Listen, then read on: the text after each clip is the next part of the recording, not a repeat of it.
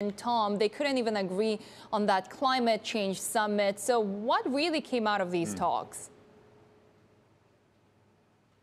Well, Sherry, you're right to start with what was not agreed. It's easier to start there, really. They didn't agree to additional talks beyond this. They didn't agree, as you say, to that summit between the two presidents that the Chinese side had hoped for. And they didn't agree, of course, to a framework to address issues ranging from tariffs to export controls to issues involving cybersecurity and human rights. Both sides, though, did come out and say, look, these talks were constructive. They have enabled both sides to clear the air. That's what the US said. And what it really has crystallized as well, just more broadly, is that you have a Biden administration that, for now at least, has taken the Trump administration's policies, tightened them, and layered on top of that an additional focus on human rights. On the Chinese side, you have an increasingly confident China on the back of the economic recovery that we're seeing here, but also on their ability to have crushed the virus in China, and then underscoring once again their focus on what they say are national security issues and territorial issues for which they will not back down. Now, we did hear from US Secretary of State Antony Blinken just really alluding and pointing to the multitude of areas that both countries see overlap, even if they have fundamental disagreements globally. Take a listen.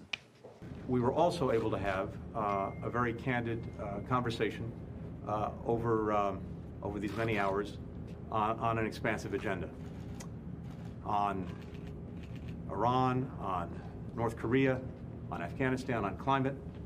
Our interests intersect.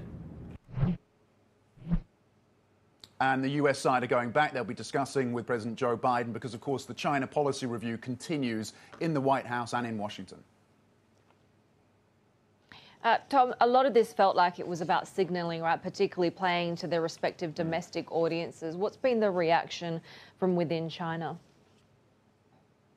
Well, in fact, you had the state-run news agency Xinhua coming out and saying that what they had agreed to was to set up a working group on climate change. This has been an area that China has underscored as potential opportunity for closer cooperation.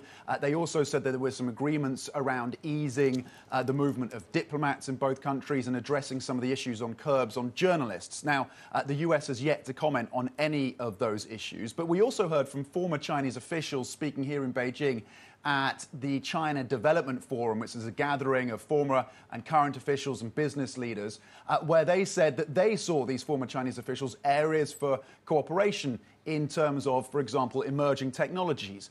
The military it was another area, and climate change, once again. Monetary policy was also an issue that they underscored. But these former officials also said, look, the US needs to treat China with respect.